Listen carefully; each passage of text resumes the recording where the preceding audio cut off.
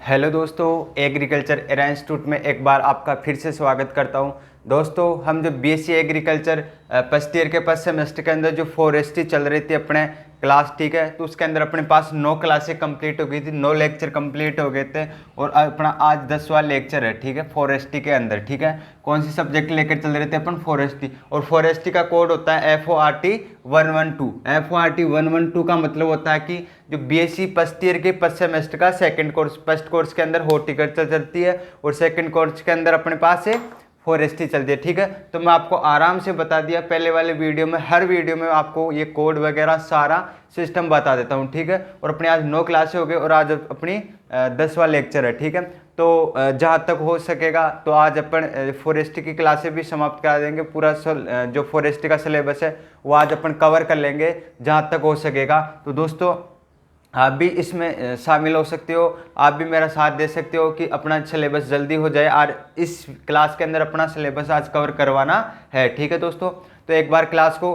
अगर अपन क्लास को शुरू करने से पहले एक बार क्लास को ज़्यादा से ज़्यादा दोस्तों के पास शेयर कीजिए और चैनल को ज़रूर सब्सक्राइब कर दे। ठीक है दोस्तों, बिना समय गवाए अपन क्लास को शुरू करते हैं, क्योंकि फिर अपना जो फॉरेस्ट्री है उसकी क्लासें पूरी कंप्लीट नहीं होगी सिलेबस। ठीक है, तो अपन आज सिलेबस कंप्लीट करवाने में हैं, तो अपन ले रहे थे 9 लेक्चर कंप्लीट हुए। इसके बाद में अपन आज जो है अपना टॉपिक रहेगा हाइट मेजरमेंट।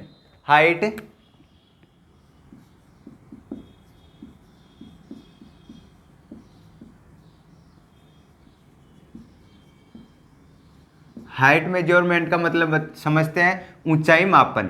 क्या होता है इसका? ऊंचाई मापन। इसका मतलब ये होता है कि अपने जो वृक्षों की ऊंचाई मापते हैं, किस प्रकार मापते हैं। ठीक है, कौन कौन सी विधियां है। ठीक है, अब देखते हैं अपन ऊंचाई मापन के अंदर। ठीक है दोस्तों, तो आपको शानदार तरीके से समझाऊंगा, आपको समझाएगा। ठीक है दोस्तों, एक बार क्लास को ज़्यादा से ज़्यादा शेयर कर दो एक बार शुरू करने से पहले। ऊंचाई पृथ्वी की सतह से एक वस्तु की रेखीय दूरी होती है। मतलब जो ऊंचाई पृथ्वी की सतह से, इसकी परिभाषा देखते हैं अपन। ऊंचाई पृथ्वी की सतह से एक वस्तु की रेखीय दूरी होती है। एक वस्तु की रेखीय दूरी होती है। क्या होती है?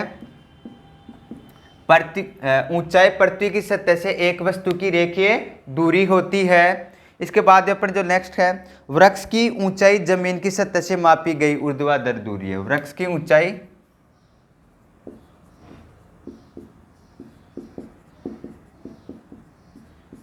ऊंचाई जमीन की सतह से मापी गई, वृक्ष की ऊंचाई जमीन की सतह से मापी गई ऊर्ध्वाधर लंबाई है। ठीक है, ये हो गया। इसके बाद में तीसरी है, खड़े पेड़ की ऊंचाई उसके आयतन का पता लगाने के लिए मापी जाती है। मतलब जो अपन खड़े पेड़ की ऊंचाई अगर अपन खड़े पेड़ की जो ऊंचाई है, खड़े पेड़ की कुल ऊंचाई जमीन और वृक्ष की, ये हो गया। खड़े पेड़ की ऊंचाई उसके आयतन का पता लगाने के लिए अपन खड़े पेड़ की ऊंचाई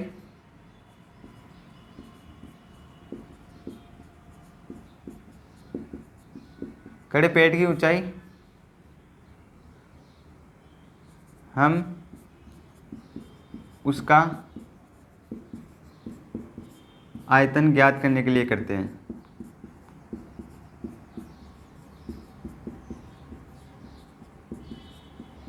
आयतन ज्ञात करने के लिए करते हैं। ठीक है दोस्तों, साथ साथ उतारते जाइए, आप नोट्स बनाते जाइए। खड़े पेड़ की कुल ऊंचाई जमीन और वृक्ष की ऊपरी नोक के बीच पेड़ के तने अक्ष के समांतर दूरी होती है। इसके बाद में अपन बोले हाइट देखते हैं। ठीक है, दूसरा कौन सा है? बोले हाइट। बोले हाइट में बोले ऊंचाई के अंदर देखते हैं, जमीन के स्तर और मुकुट बिंदु के बीच के पेड़ की दूरी के साथ दूरी। जमीन के स्तर और मुकुट के बीच की दूरी, जमीन के स्तर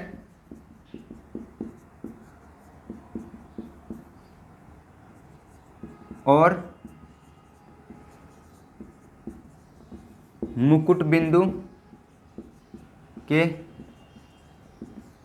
बीच की दूरी, कहाँ की, मुकुट बिंदु और जमीन के स्तर की बीच की दूरी को, ठीक है, अपन बोले हाइट कहते हैं। इसके बाद में है स्टंप हाइट। तीसरा कौन सा है, स्टंप हाइट। स्टंप हाइट के अंदर देखते हैं अपन, जमीन सतह से वृक्ष के तने की प्रथम कट ऊंचाई तक की दूरी कहलाती है। मतलब जो जमीन सतह से वृक्ष के तने की प्रथम कटाई, जमीन की सतह से तने की, वृक्ष के तने की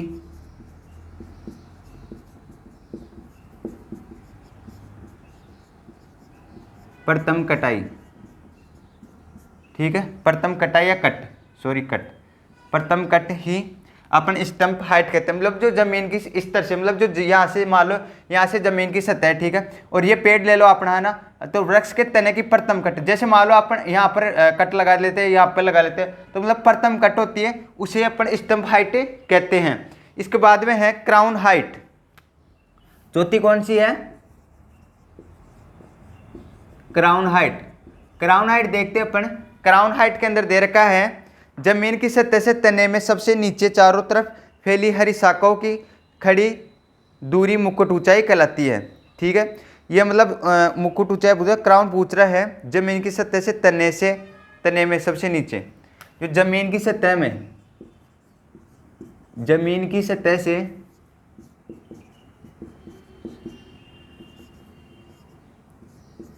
तने की नीचे चारों ओर शाखाओं की कटाई, ठीक है। ये हो गया अपना कौन सा, क्राउन हाइट हो गया, स्टंप हाइट हो गया, बोले हाइट हो गया, और जो ऊंचाई हाइट मेजरमेंट हो गया, ठीक है। इसके बाद में है क्राउन लेंथ। मतलब क्राउन लेंथ के अंदर क्या है, अपन लंबाई लेते हैं, ठीक है। क्राउन लेंथ में अपन उतारिया, बोले पर सबसे नीची हरी शाखाओं और पेड़ की अंतिम ऊपरी टिप के बीच की खड़ी दूरी मुकुट लंबाई कहलाती है, ठीक है। आप साथ साथ नोट्स बनाते जाइए, आपको जैसे जैसे मैं बोल रहा हूँ। इसके बाद में अपन प्रिंसिपल ऑफ हाइट मेजरमेंट देखते हैं, ठीक है। एक बार इसको उतार लीजिए, फिर इसका स्क्रीनशॉट ले लीजिए। इसका अपन प्रिंसिपल ऑफ हाइट मेजरमेंट, अपन इसका सिद्धांत देखते हैं, ठीक है। उतार लेंगे,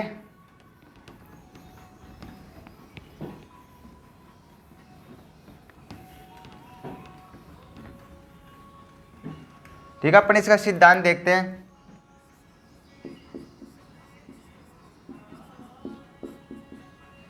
सिद्धांत के अंदर दे रखा है, वृक्ष की ऊंचाई मापने के लिए प्रयोग किए जाने वाले यंत्रों को संयुक्त रूप से अपने हिप्सोमीटर कहा जाता है। वृक्षों की ऊंचाई मापने के लिए प्रयोग किए जाने वाले यंत्रों को, वृक्षों की ऊंचाई मापने वाले यंत्रों, यही है ना, वृक्षों की ऊंचाई मापने के लिए, वृक्षों के यंत्रों की ऊंचाई मापने के लिए प्रयोग किए जाने वाले यंत्रों को, प्रयोग किए जाने वाले यंत्रों को क्या कहते हैं, हिप्सोमीटर कहते हैं, हिप्सोमीटर कहते हैं, ठीक है। ये होगा कंप्लीट। इसके बाद में है, सभी ऊंचाई मापक यंत्र ज्यामितीय सिद्धांतों पर कार्य करते हैं। ये किस पर, जो सभी यंत्र है वो किस पर कार्य करते हैं, ज्यामितीय सिद्धांतों पर। यह है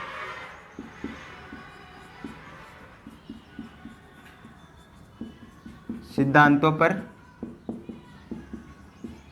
कार्य करते हैं, ठीक है। ये हो गया अपना। इसके बाद में है त्रिकोणमितीय सिद्धांत। कौन सा है, त्रिकोणमितीय सिद्धांत देखते हैं अपन।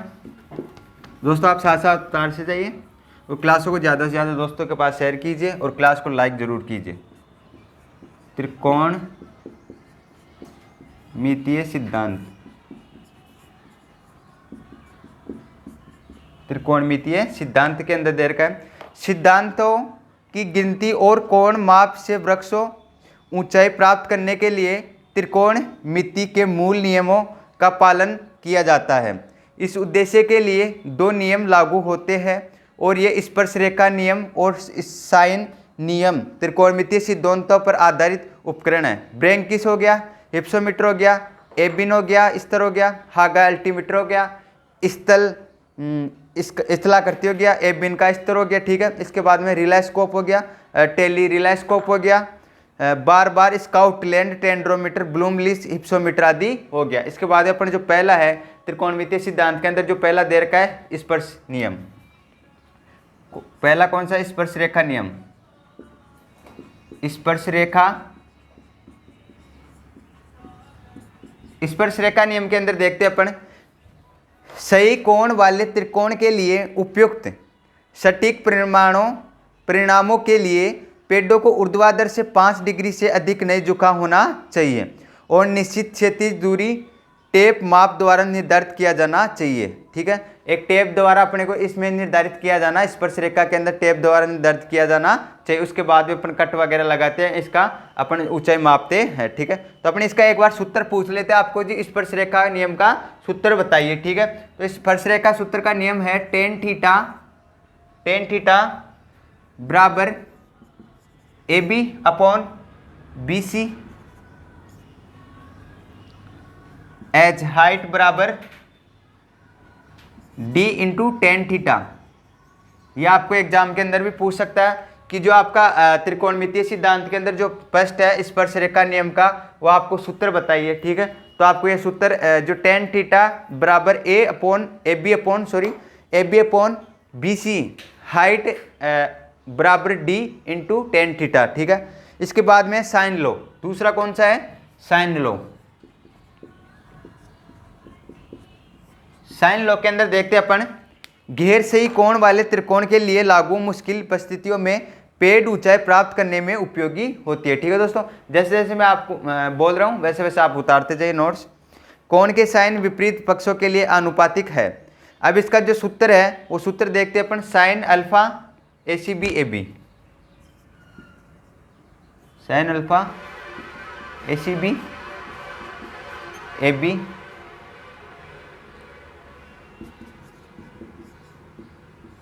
Sine alpha CAB BC। ठीक है, ये है। इसके बाद में इसको अपन आगे सॉल्यूशन करते हैं। अगर आगे हल होता है तो इसे अपन हल कर लेते हैं ABC अपॉन BC। ठीक है, AC हो गया, सॉरी ABC अपॉन AC। ठीक है, आपको साइन लॉ का सूत्र पूछ लिया, आपको 2 नंबर से या फिर 1 नंबर से क्वेश्चन पूछा जाता है कि साइन इन लॉ का सूत्र बताइए, स्पर्श रेखा का नियम का सूत्र बताइए। ठीक है, तो अपना जो त्रिकोणमितीय सिद्धांत था वो कंप्लीट हुआ। इसके बाद में अपन देखते हैं एक क्रिस्टन का हिप्सोमीटर आता है। कौन सा? एक बार इसको उतार लीजिए आप, उसके बाद में अपन क्रिस्टन का हिप्सोमीटर देखते हैं। ठीक है, उतार लेंगे या स्क्रीनशॉट ले लिया करो दोस्तों, उसके बाद में उतार लिया करो आप, ऐसा है, क्योंकि वीडियो फिर लंबी बन जाती है।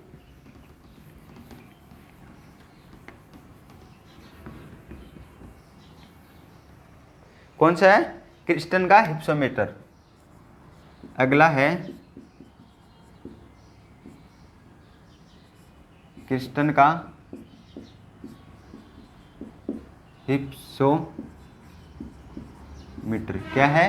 क्रिस्टन का हिप्सोमीटर। अब इसके अंदर आप देखिए, ये समान त्रिकोण के ज्यामितीय सिद्धांतों पर आधारित होते हैं। ये समान त्रिकोण पर, समान त्रिकोण ज्यामिति सिद्धांत पर आधारित होते हैं। ठीक है, ये हो गया। किस पर आधारित होते हैं? समान त्रिकोणमितीय ज्यामितीय सिद्धांत पर। इसके बाद अपन चलते हैं आगे। धातु की एक पट्टी होती है जो 2.5 सेंटीमीटर चौड़ी 33 सेंटीमीटर लंबाई के पतली लकड़ी या कार्डबोर्ड के होते हैं। मतलब जो धातु की एक पट्टी होती है, इसके अंदर एक धातु की पट्टी होती है, उसकी चौड़ाई तो कितनी होती है? चौड़ाई दे रखी है इसके अंदर 2.5 सेंटीमीटर, 2.5 सेंटीमीटर। ऊंचाई दे रखी है इसकी 33 सेंटीमीटर। ये होती है। इसके अंदर एक जो धातु की पट्टी होती है, उसकी धातु की पट्टी की लंबाई कितनी होती है? जो लंबाई होती है वो 33 सेंटीमीटर होती है और जो चौड़ाई होती है वो 2.5 सेंटीमीटर होती है। इसमें शीर्ष और नीचे तल पर दो फ्लेंज निकले हुए किनारे होते हैं। मतलब जो इसके शीर्ष और जो नीचे के स्तर होता है, शीर्ष और नीचे के स्तर पर, शीर्ष और नीचे के स्तर पर दो फ्लेंज निकले हुए होते हैं, दो फ्लेंज निकले हुए होते हैं किनारों पर। ठीक है, उतार लीजिए आप इसको एक बार। इसके बाद में प्रत्येक निकला हुआ किनारा में एक छेद होता है। मतलब इनके प्रत्येक किनारे के अंदर, निकले हुए के अंदर एक, इनके अंदर प्रत्येक के अंदर, प्रत्येक के अंदर एक छेद होता है। ठीक है, क्या होता है? एक प्रत्येक फ्लेंज के अंदर, फ्लेंज कहाँ पाई जाती है? एक तो ऊपर पाई जाती है और एक नीचे पाई जाती है किनारों पर। तो उन किनारों पर प्रत्येक के अंदर एक एक छेद होता है। इसके बाद में है, इसका प्रयोग करने के लिए एक पोल पेड़ के आधार के विरुद्ध सीधा रखा जाता है। मतलब इसके प्रयोग करने के लिए अपने को एक पोल सीधा खड़ा रखा जाता है। ठीक है, तब तक इस हिप्सोमीटर को आंख से दूरी पर ऊर्ध्वाधर रखा जाता है। मतलब जो आंख से ऊर्ध्वाधर दूरी पर रखा जाता है हिप्सोमीटर को। उसके बाद में है, जैसे कि फ्लेंज के दो किनारों पेड़ के टॉप और आधार साथ लाइन में होते हैं। मतलब एक तो टॉप और आधार के दोनों समांतर होनी चाहिए और आंख के ऊर्ध्वाधर जो होती है उसके प्रवेशक में रखा जाता है। प्रवेशक इसे पूरा करने के लिए वृक्ष से करीब या दूरी ले जाने के लिए आवश्यक हो सकता है, लेकिन इसके अलावा पेड़ से दूरी कोई मामला नहीं होता। ठीक है, यह क्रिस्टन का हिप्सोमीटर नियम था, वो कंप्लीट। ठीक है, इसके बाद भी दे रखा है दूसरा अपना समान त्रिकोण की ज्यामितीय सिद्धांत। ठीक है, ये अपने आता नहीं, इसके अंदर से क्वेश्चन नहीं पूछा जाता। जो अब करवा रहा हूँ ना, इसके जो आगे चलेगा वो आपके कन्फर्म श्योर क्वेश्चन आपके हर बार पूछा जाता है। जो शॉर्ट मेथड ले लो, सिंगल मेथड ले लो, मतलब जो नॉन गैर यांत्रिक तरीके होते हैं, नॉन इंस्ट्रूमेंट मेथड्स, उसके अंदर जो ज्ञान यांत्रिक तरीके होते हैं उसके अंदर श्योर क्वेश्चन पूछे जाते हैं, एक या दो क्वेश्चन पूछे जाते हैं। तो एक बार इसको उतार लीजिए। इसके बाद में जो अगले आगे का जो करवाऊंगा वो बहुत ही इंपॉर्टेंट होने वाला है। ठीक है, कौन सा टॉपिक रहेगा अपना? गैर यांत्रिक तरीके, गैर यांत्रिक तरीके या non instrument methods.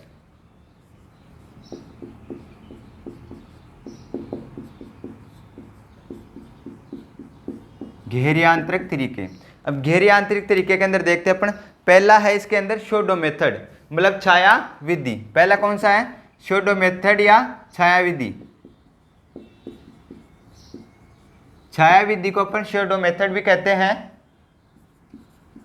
SHADOW, shadow method भी कह सकते हैं इसको अपन, छाया विधि को। इसके बाद में अपन छाया विधि देखते हैं, शैडो मेथड देखते हैं कि क्या करते हैं इसमें। जमीन के ऊपर सुविधाजनक लंबाई का एक पोल खड़ा किया जाता है। जो जमीन के ऊपर सुविधाजनक एक पोल खड़ा किया जाता है, एक पोल खड़ा किया जाता है।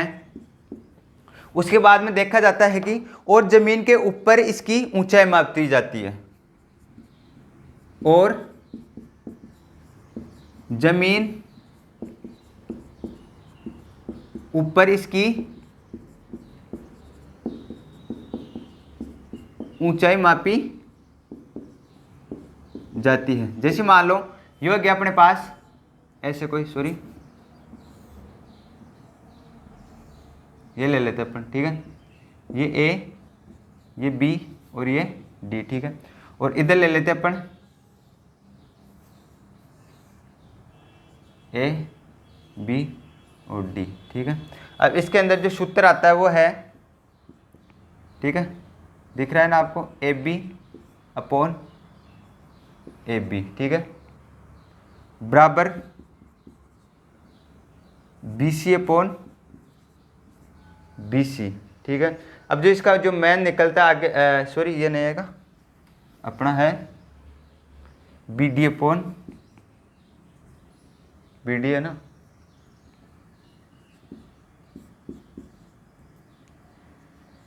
ठीक है, ये हो गया अपना जो सूत्र था यह है। तो इसको अपन अगर आगे सॉल्यूशन करते हैं, ए बी बराबर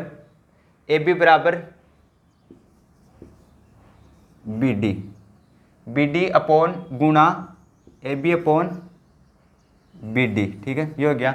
अब इसके अंदर अपन देखते हैं जो ए बी है, ए बी तो क्या है,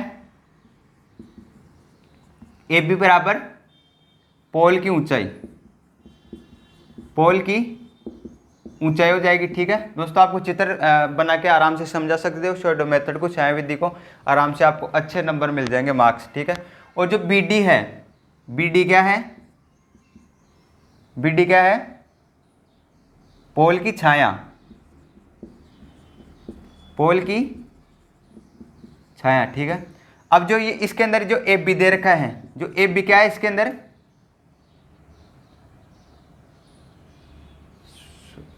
इसके अंदर है ए बी अपने पास एक, हाँ सॉरी ये तो एक वृक्ष हो गया ना, ए बी बराबर एक वृक्ष। ठीक है, और जो बी सी है, जो ए बी है, ए बी हो जाएगा जमीन से ऊपर पोल का हिस्सा, मतलब जो ये हो जाएगा पोल का हिस्सा। ठीक है, इसके बाद में है बी डी है, बी डी पेड़ की छाया की लंबाई, बी डी पेड़ की छाया की लंबाई। ठीक है,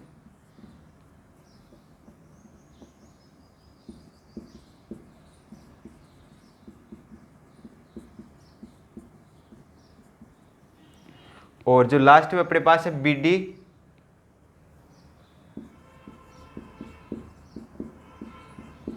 पोल की छाया की लंबाई। अब आपको मैं आराम से समझा देता हूँ एक बार।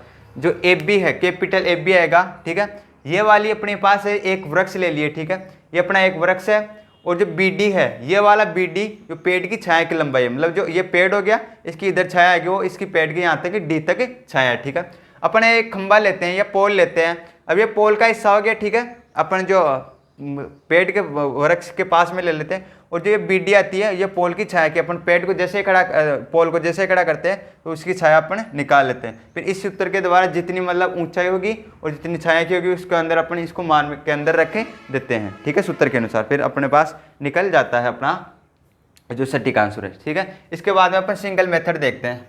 ठीक है, single method, single pole method.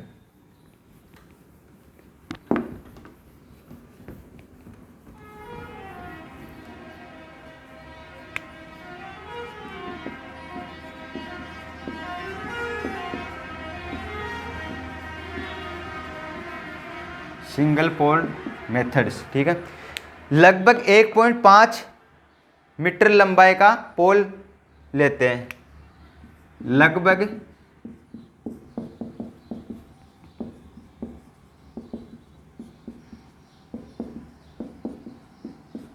पोल लेते हैं, पोल एक हाथ में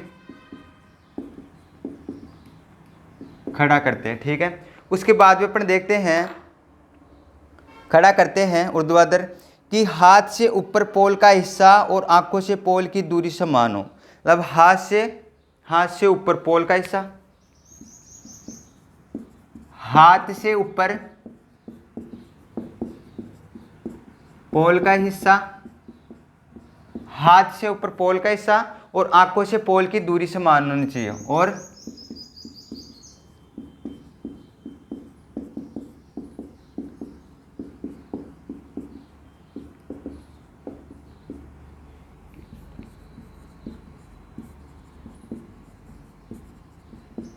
समान होनी चाहिए। ठीक है, ये हो गया कंप्लीट। इसके बाद अपन देखते हैं आगे क्या बच रहा है अपने पास। ठीक है, और इसका सूत्र बता देता हूँ आपको मैं, इसका सूत्र किस प्रकार होगा। जो अपने इसको अंदर चित्र वगैरह तो है नहीं इसके अंदर, इसका सूत्र होगा वो है सूत्र A B upon A B बराबर E B upon E B, ठीक है। इसके बाद में अपन इसको आगे सॉल्यूशन करते हैं। ए बी बराबर ई बी, ए बी बराबर ई बी, ठीक है, गुणा A B upon E B, ठीक है। अब इसके अंदर देखते हैं अपन, जो ए बी है, ए बी हो गया अपना पेड, ठीक है, ए बी तो क्या हो गया, पेड हो गया। और जो ए सी हो गया 1.5, ए सी क्या हो गया 1.5 मीटर, ठीक है। और जो ई बी बराबर ए बी हो गया, ठीक है, ये ई बी बराबर ए बी, ठीक है, ए बी है ना, स्मॉल है, ठीक है। ये सूत्र हो गया इसके अंदर, ठीक है, अपना सिंगल पोल मेथड के अंदर, ठीक है। तो एक बार देख ले तो इसके अंदर क्या बचा है और क्या नहीं बचा है, ठीक है।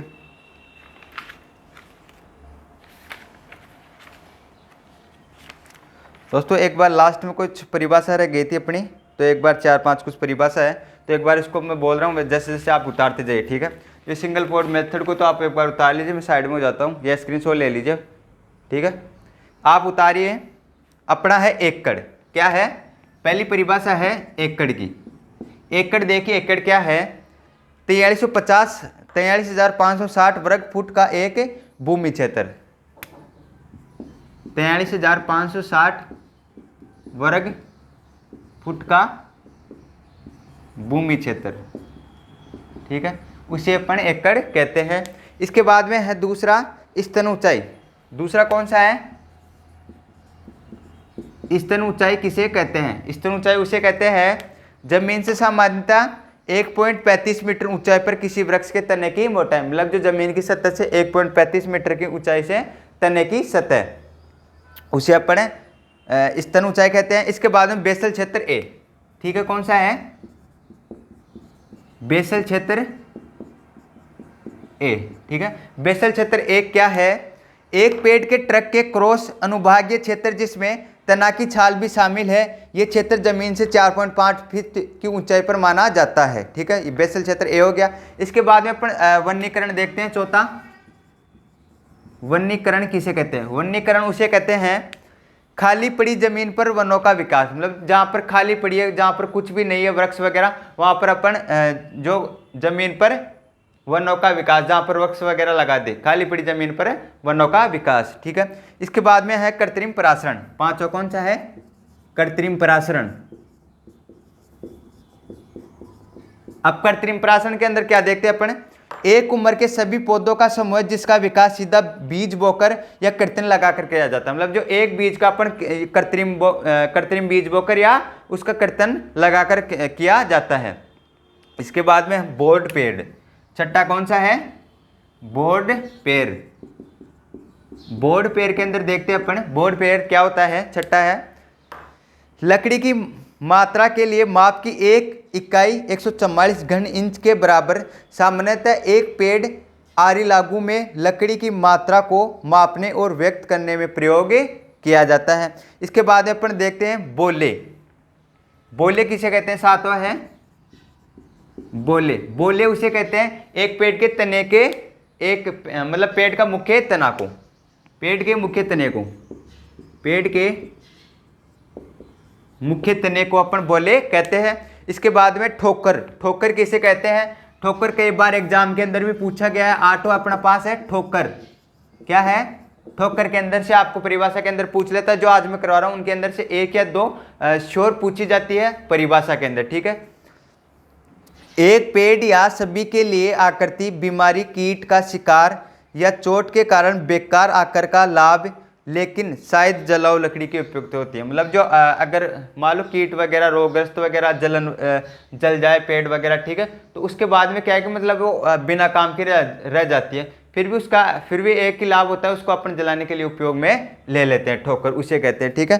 तो आज की क्लास हमारी यहीं समाप्त होती है, और जो अपना जो फॉरेस्ट्री का सिलेबस था अपने लगभग पूरा मतलब कंप्लीट कर लिया है। तो दोस्तों अगर मेरी क्लास अच्छी लगी हो तो क्लास को लाइक कीजिए, शेयर कीजिए और सब्सक्राइब कीजिए, ठीक है दोस्तों। तो आप जो फॉरेस्ट्री क्लास अपनी कंप्लीट हो गई है, ठीक है, तो आज आप कमेंट बॉक्स में बताइए कि आपको कौन सी क्लास अगले जो कौन सा जो सब्जेक्ट है वो कौन सी लेके चले, अपन कौन से सब्जेक्ट करवाए। ठीक है, तो आप कमेंट बॉक्स में लिख देवे कि कौन सी अपने आपको क्लास चाहिए। वो अपन क्लास या तो एग्रोनॉमी की बता दीजिए, या फिर आप जो अपनी रूरल सोशियोलॉजी की रह गई, बायोकेमिस्ट्री की रह गई। ठीक है, तो ऐसे 3-4 सब्जेक्ट और रह गई, तो आप उनकी बता दीजिए आपको कौन सी सब्जेक्ट पहले करवानी है। ठीक है, उसी अनुसार आपके जो बताओगे उसी वोटिंग के अनुसार आपको मैं अपनी जो नेक्स्ट सब्जेक्ट है उसको लेकर चलेंगे। ठीक है, जब तक जय हिंद जय भारत, धन्यवाद दोस्तों।